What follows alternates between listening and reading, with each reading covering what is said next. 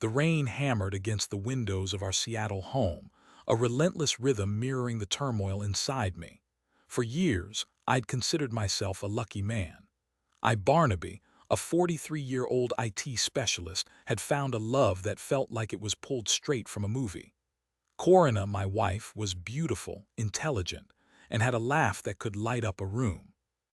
We'd built a life together, a comfortable existence filled with weekend hikes, cozy nights in, and dreams of a future filled with travel and family. Or so I thought. It started subtly, almost imperceptibly. Corinna, usually so open and communicative, began to withdraw. Late nights at the office became more frequent. Her phone, once freely left on the kitchen counter, was now perpetually glued to her hand, screen down, notifications silenced. I chalked it up to stress at work. She was a project manager at a large architecture firm, and deadlines could be brutal. I tried to be supportive, making her favorite meals, offering back rubs, and simply being there to listen when she needed to vent. But the distance remained, a growing chasm between us that I couldn't seem to bridge. One evening I was working late myself, wrestling with a particularly stubborn piece of code. I decided to surprise Corinna at her office, thinking a quick coffee and a hug might brighten her day. When I arrived, the building was eerily quiet, the only sound the hum of the ventilation system. I knew Corinna often worked late, so I wasn't immediately alarmed. I took the elevator to her floor and walked down the dimly lit hallway to her office. The door was slightly ajar, a sliver of light spilling into the corridor. I pushed it open, ready to greet her with a smile. What I saw shattered my world. Corinna wasn't alone. She was locked in a passionate embrace with a man I'd never seen before. His back was to me, but I could see the curve of Corinna's cheek, the way her eyes were closed, lost in the moment. The air crackled with an intimacy that had been missing from our marriage for months. I stood frozen, unable to speak, unable to move, as if I'd stumbled into someone else's nightmare. They broke apart, startled by my presence. Corinna's face drained of color, her eyes widening in disbelief. The man turned, his expression shifting from lust to panic. He was tall, well-built, with a confident swagger that suddenly seemed pathetic. "Barnaby," Corinna whispered, her voice trembling. "It's not what you think, really, because it looks exactly like what I think," I managed to choke out, my voice thick with disbelief and pain. I wanted to scream, to lash out, to break something, but I was paralyzed by the sheer magnitude of the betrayal. The man, recovering his composure, stepped forward. "Look, Barnaby, this is complicated. You're sleeping with my wife. How much more uncomplicated can it get?" I retorted, the anger finally beginning to surface. Corinna began to cry, tears streaming down her face. "Please, Barnaby, let me explain." "Explain what?" "Explain how you could do this to me. Explain how you could throw away everything we've built together for him." I gestured towards the man, disgust etched on my face. "I don't want to hear it, I'm done." I turned and walked out, leaving them standing there, their faces etched with guilt and shame. The elevator ride down was a blur, my mind racing, my heart pounding in my chest. I couldn't breathe, couldn't think, couldn't believe that the woman I loved, the woman I had trusted with my life, had betrayed me in such a callous and devastating way. I drove home in a daze, the rain still falling, the city lights blurring through the windshield. I walked into our house, the house we had made a home, and felt an overwhelming sense of emptiness. Every object, every photograph, every memory was now tainted by Corinna's infidelity. I couldn't stay there, not for another minute. I grabbed a suitcase, threw in a few essentials, and left. I didn't know where I was going, but I knew I couldn't stay in Seattle, couldn't face the constant reminders of what I had lost. I ended up in Portland, a city I'd always admired for its quirky charm and laid-back atmosphere. I rented a small apartment in a quiet neighborhood, a place where I could lick my wounds and try to piece my life back together. The first few weeks were a blur of sleepless nights, endless cups of coffee, and a constant stream of replays in my mind of that horrific scene in Corinna's office. I couldn't eat, couldn't sleep, couldn't shake the feeling of being utterly and completely alone. I called my best friend, Crispin, and told him everything. He was shocked and furious, offering words of support and promising to come visit as soon as he could. Talking to Crispin helped, but it didn't erase the pain. I felt like a part of me had died, a part that I would never get back, Eventually, I knew I had to do something, anything, to break the cycle of despair. I started running, pounding the pavement until my legs burned and my lungs ached. It was a temporary escape, a way to release some of the pent-up anger and frustration. I also started seeing a therapist, a kind and understanding woman named Meredith, who helped me process my emotions and develop coping mechanisms. It was a slow and painful process, but gradually I began to heal. Meanwhile, Corinna tried to contact me, leaving countless voicemails and sending tearful emails begging for forgiveness. I ignored them all. I couldn't bring myself to talk to her, couldn't bear to hear her excuses. I knew that if I did, I might be tempted to forgive her, to give her another chance. But I also knew that I could never truly trust her again. The damage was too deep, the betrayal too profound. Crispin came to visit, as promised.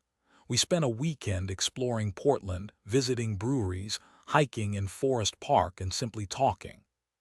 He listened patiently as I recounted the story of Corinna's infidelity, offering words of encouragement and reminding me of my own worth. "You're a good man, Barnaby," he said. "You deserve better than that.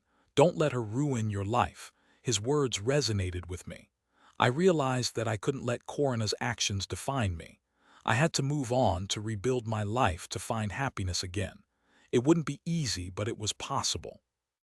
I started focusing on my work, throwing myself into projects and rediscovering my passion for technology. I also started exploring new hobbies, taking a photography class and joining a hiking group. Slowly but surely, I began to emerge from the darkness.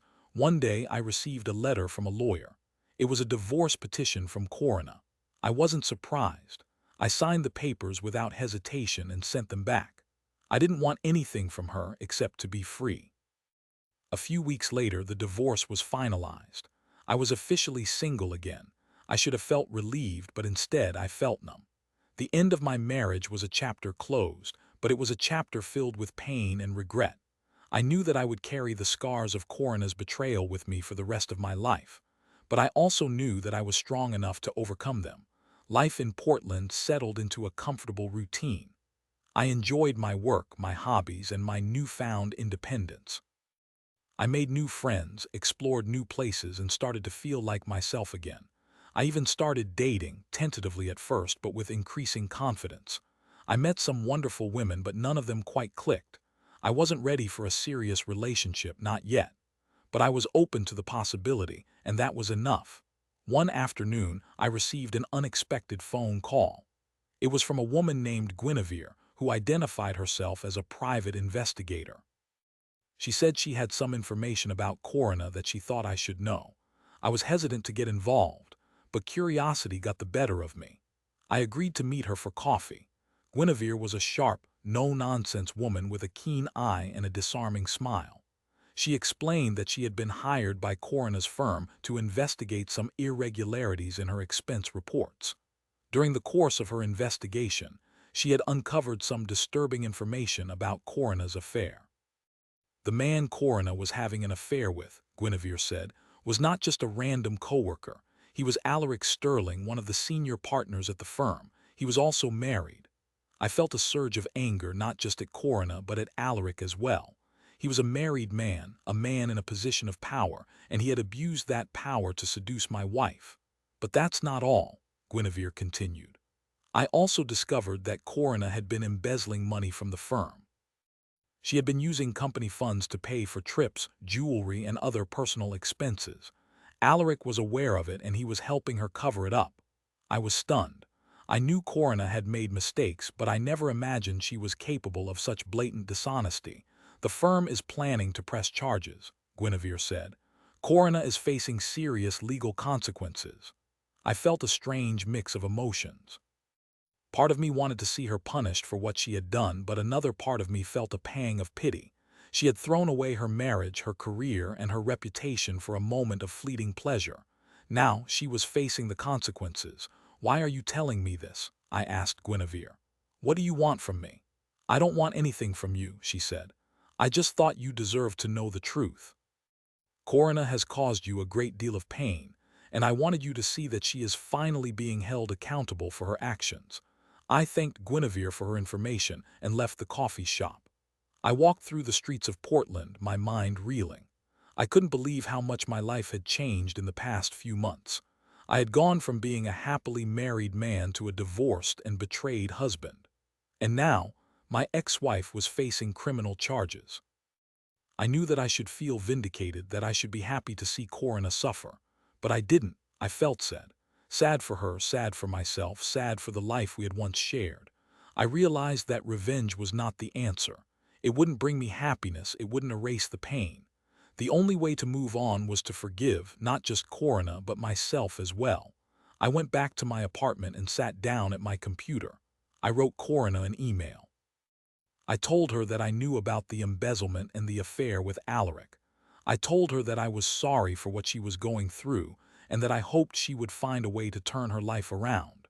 I told her that I forgave her. I didn't expect a response, but a few days later, I received an email from Corinna. She thanked me for my forgiveness. She said that she was ashamed of her actions and that she was determined to make amends. She said that she understood that she had lost me forever, but that she would always regret what she had done. I never saw Corinna again. I heard through the grapevine that she had pleaded guilty to the embezzlement charges and was serving a prison sentence. Alaric Sterling was also fired from the firm and faced his own legal troubles. Their affair had destroyed not only my life, but their own as well. I continued to live my life in Portland, slowly but surely rebuilding my happiness. I found a new job, a new apartment, and new friends.